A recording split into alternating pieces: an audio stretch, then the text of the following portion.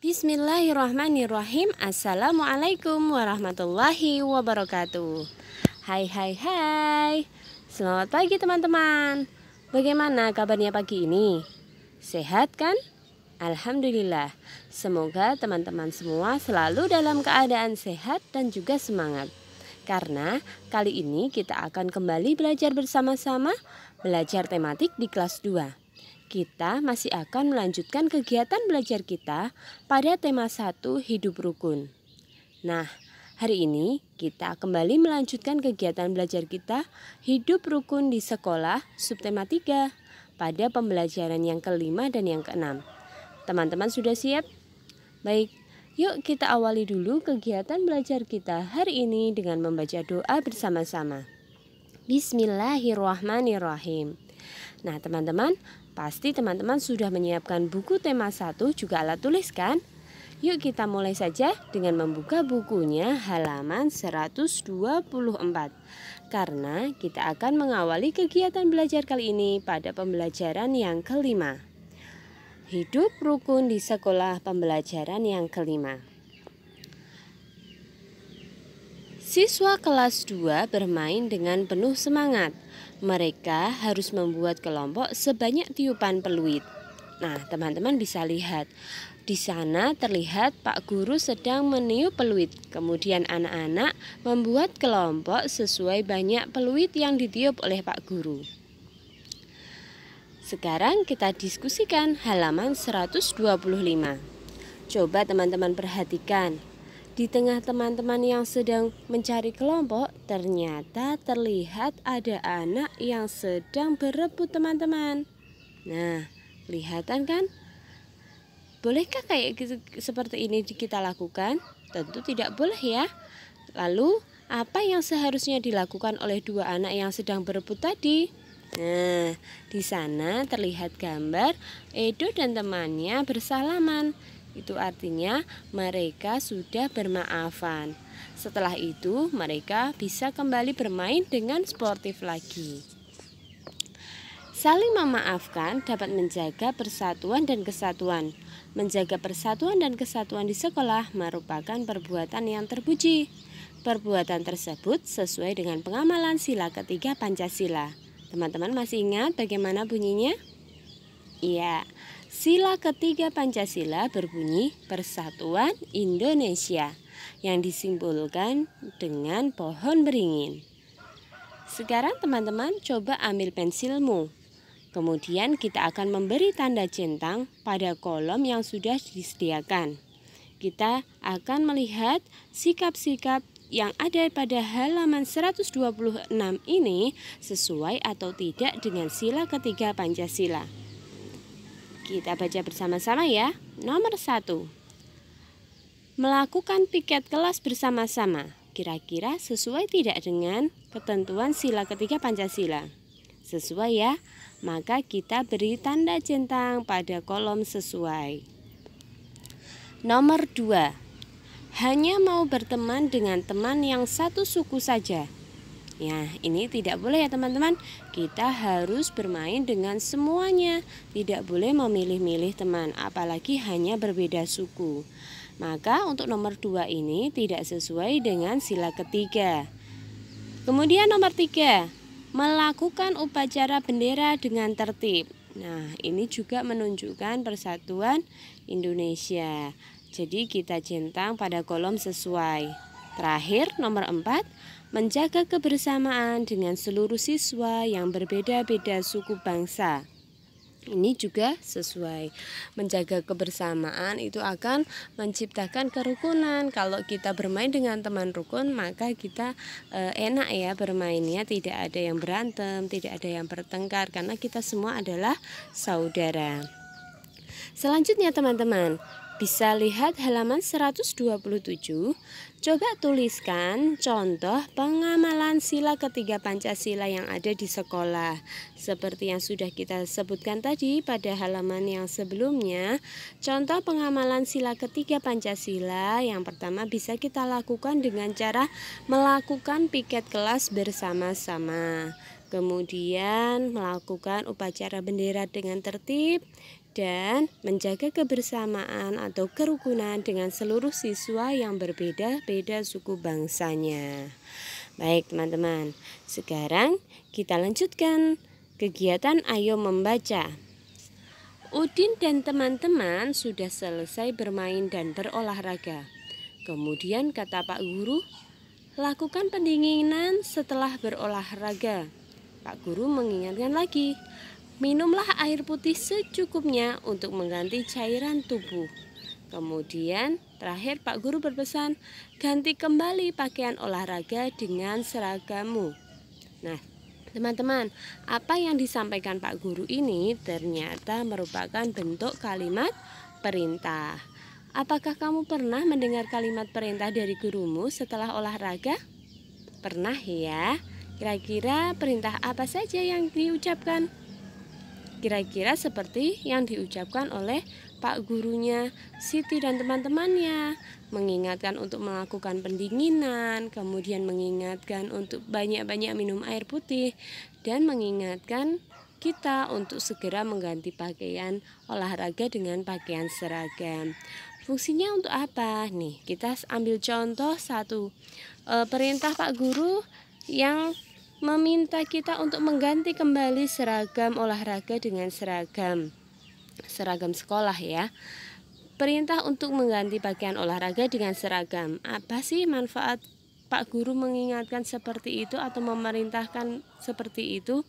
Nah, manfaatnya adalah supaya bakteri pada pakaian olahraga tidak menempel pada tubuh kita. Begitu ya teman-teman ya. Nah, sekarang kita lanjutkan pembelajaran yang selanjutnya, yaitu pembelajaran yang ke-6, halaman 129. Nah, teman-teman, di sini nanti kita diminta untuk membuat pertanyaan tentang kegiatan yang dilakukan siswa di kelasnya Udin pada gambar yang ada di halaman itu, teman-teman. Kita amati dulu. Mereka sedang mengeluarkan pendapat, sedang bermusyawarah untuk menentukan lagu-lagu apa saja yang nanti akan dinyanyikan. Nah, kita bisa membuat pertanyaan dengan pertanyaan seperti ini, misalnya, bagaimana cara kelas Udin menentukan lagu yang dinyanyikan? Jawabannya dengan cara menentukan lagu yang akan dinyanyikan adalah dengan pemungutan suara ya. Itu adalah salah satu cara untuk menentukan lagu yang akan dinyanyikan nanti ketika upacara. Nah, kita baca yuk. Kelas Udin mendapat giliran menjadi petugas upacara. Siswa yang tidak menjadi petugas akan menyanyikan lagu wajib nasional. Nah, teman-teman, salah satu cara ini ternyata terdapat sebuah sikap yang menunjukkan pengamalan sikap yang sesuai dengan sila keempat Pancasila, teman-teman. Sila keempat disimbolkan dengan kepala banteng. Bagaimana bunyi silanya? Masih ingat? Kerakyatan yang dipimpin oleh hikmat kebijaksanaan dalam permusyawaratan perwakilan. Kemudian dalam pemungutan suara tadi juga mengandung sikap yang sesuai dengan sila kelima yang disimbolkan dengan padi dan kapas. Sila kelima berbunyi keadilan sosial bagi seluruh rakyat Indonesia. Masih ingat ya ini ya. Nah, selanjutnya kita buka bukunya halaman 130. Para siswa bermusyawarah menentukan lagu dan petugas upacara. Hal itu sesuai dengan pengamalan sila keempat Pancasila. Pembagian petugas dilakukan secara adil. Hal itu sesuai dengan pengamalan sila kelima Pancasila. Nah, teman-teman, sebutkan bunyi sila keempat dan kelima Pancasila. Teman-teman tadi sudah ya, kita sudah mengingatnya lagi. Bisa teman-teman sebutkan kembali? Sila keempat Pancasila berbunyi kerakyatan yang dipimpin oleh hikmat kebijaksanaan dalam permusyawaratan perwakilan. Nah, simbolnya apa tadi teman-teman? Sila keempat simbolnya adalah kepala banteng. Kemudian untuk sila kelima, masih ingat bunyinya sila kelima? Sila kelima berbunyi, keadilan sosial bagi seluruh rakyat Indonesia, yang disimbolkan dengan lambang padi dan kapas. Baik, sekarang kita lanjutkan. Kita akan menuliskan contoh pengamalan sila keempat dan kelima sesuai gambar yang ada di bawah ini. Teman-teman bisa buka bukunya halaman 131. Di sana terlihat gambar Siti, Edo dan teman-temannya sedang bersama-sama membersihkan lingkungan sekolah. Nah, kira-kira ini adalah pengamalan sila keberapa, teman-teman? Bagus. Pengamalan sila keempat, yaitu membagi tugas piket secara adil. Jadi teman-teman semuanya yang ada di sini ikut bekerja, ikut menjaga kebersihan lingkungan sekolah. Kemudian halaman berikutnya ada gambar anak-anak sedang bermusyawarah untuk menentukan jadwal piket. Ini juga contoh pengamalan sila keempat, bermusyawarah menentukan jadwal piket. Dan yang terakhir, mereka bermusyawarah dipimpin oleh Bu Guru. Kira-kira mendiskusikan apa ya ini? Nah, teman-teman Edo, Bu Guru, dan yang lainnya sedang bermusyawarah untuk menentukan petugas upacara. Ini juga contoh pengamalan sila keempat. Lalu, teman-teman bisa melengkapi halaman 133. Tuliskan contoh perilaku lainnya yang sesuai dengan sila keempat atau kelima di sekolah. Nah, bisa dilengkapi teman-teman di situ ya. Yang pertama tadi berdiskusi menentukan ketua kelas. Ini contoh sila keempat. Kemudian belajar secara kelompok. Biasanya kalau kita belajar secara kelompok nanti akan ada teman yang memberikan usulan, ada yang memberikan pendapat, dan kita di sana diminta untuk mendengarkan, menghargai pendapat teman yang mengeluarkan pendapat tadi ya. Kemudian di sila kelima bisa kita sebutkan contohnya. Yang pertama, menyisihkan uang saku untuk ditabung. Ya, bisa. Kemudian belajar dengan sungguh-sungguh juga contoh pengamalan sikap yang sesuai dengan sila kelima. Nah, teman-teman, untuk kegiatan belajar kita pembelajaran halaman 133 tentang pengamalan sikap yang sesuai dengan Pancasila telah selesai. Sekarang kita akan melanjutkan kegiatan belajar kita halaman 134. Wah, di sini ada sebuah cerita, teman-teman. Bu Guru meminta siswa menuliskan lagu anak yang disukai. Bu Guru membagikan kertas untuk menulis kepada semua siswa dengan adil. Mula-mula ada 275 lembar kertas. Kertas dibagikan kepada siswa sebanyak 39 lembar. Berapa sisa kertas Bu Guru? Nah, teman-teman, jika ada pertanyaan seperti ini yang diawali dengan cerita, ini namanya soal cerita. Dalam cerita ini tadi disebutkan Bu Guru membagikan kertas kepada seluruh muridnya. Awalnya Bu Guru mempunyai kertas sebanyak 275 lembar. Kemudian dibagikan kepada siswanya sebanyak 39 lembar. Lalu berapa sisa kertas Bu Guru? Gitu. Seperti itu ya pertanyaannya. Nah, untuk menyelesaikan soal seperti ini kita membutuhkan cara-cara atau langkah-langkah, teman-teman ya. Coba kita di sini akan menyelesaikan dengan cara panjang maupun dengan cara pendek seperti yang sudah kita pelajari kemarin. Kita selesaikan dengan cara panjang dulu ya. Kita coba. 275 kita jabarkan berdasarkan nilai tempatnya. 200 ditambah 70 ditambah 5. Ini jumlah kertas mula-mula yang dimiliki Bu Guru. Kemudian dibagikan kepada seluruh siswanya yang berjumlah 39. 39 kita jabarkan berdasarkan nilai tempatnya. 39.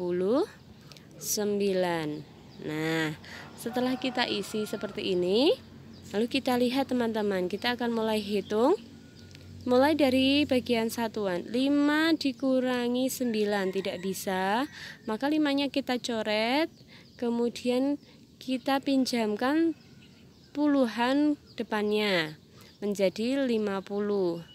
Nah, kita pinjamkan dari puluhan, deret puluhan yaitu 70, karena sudah dipinjam 10, maka sisanya adalah 60. Setelah ini kita baru bisa hitung.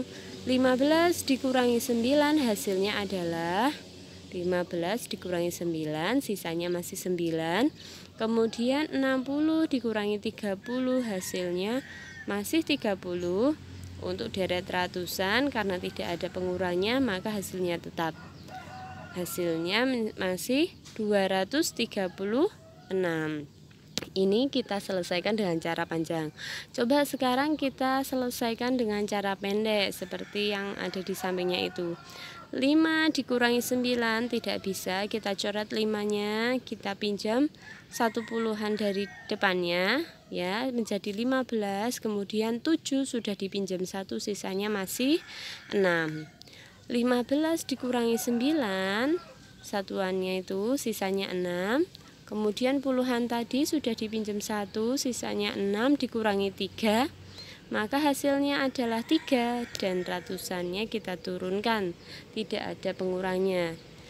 Jadi sisa kertas Bu Guru adalah 236. Nah, teman-teman, seperti ini jika kita menyelesaikan soal cerita dengan cara panjang maupun dengan cara pendek. Kemudian kita akan coba kerjakan halaman 135 teman-teman. Ini masih dengan contoh yang sama, model soal cerita ya. Kita akan lihat untuk nomor 1 dulu. Kapur tulis di lemari ada 116 batang. Kapur tersebut sudah dipakai sebanyak 25 batang. Berapa sisa kapur yang belum dipakai? Nah, berarti ini kita menyelesaikan dengan cara pengurangan. Karena model soal cerita teman-teman, dalam penyelesaiannya kita menggunakan 3 langkah. Yang pertama langkah ditanya, yang ditanyakan apa? Diketahui dulu, yang diketahui dari soal itu apa.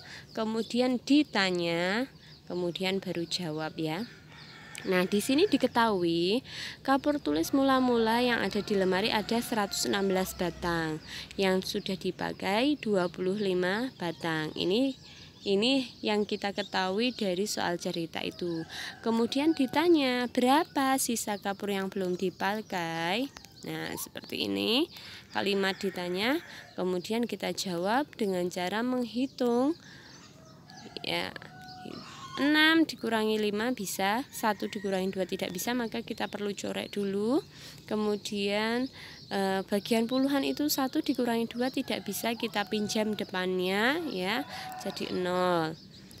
6 dikurangi 5 masih 1, kemudian 11 dikurangi 2 masih 9 hasilnya. Maka kita simpulkan, jadi sisa kapur yang belum dipakai adalah 91 batang. Nah, teman-teman, jika ada soal cerita maka penyelesaiannya kita menggunakan langkah-langkah seperti ini. Ada diketahui, ada ditanya, jawab, dan kalimat jadi. Nah, pada halaman 135 itu ada soal nomor 2 dan nomor 3. Ya, teman-teman nanti penugasannya adalah menyelesaikan soal ini di lembar penugasan atau di buku tulis dengan langkah-langkah seperti tadi. Ada kalimat ditanya, diketahui, kemudian jawab, dan kalimat jadi ya. Jadi harus ditulis dulu, diketahui apa saja yang diketahui, kemudian yang ditanyakan apa, bagaimana cara menjawabnya, kemudian kita tulis kesimpulannya dengan kalimat jadi. Baik, selanjutnya kita buka lagi bukunya halaman 136. Nah, sebelum kita lanjutkan, kita akan dengarkan dulu syair lagu yang ada di bawah ini.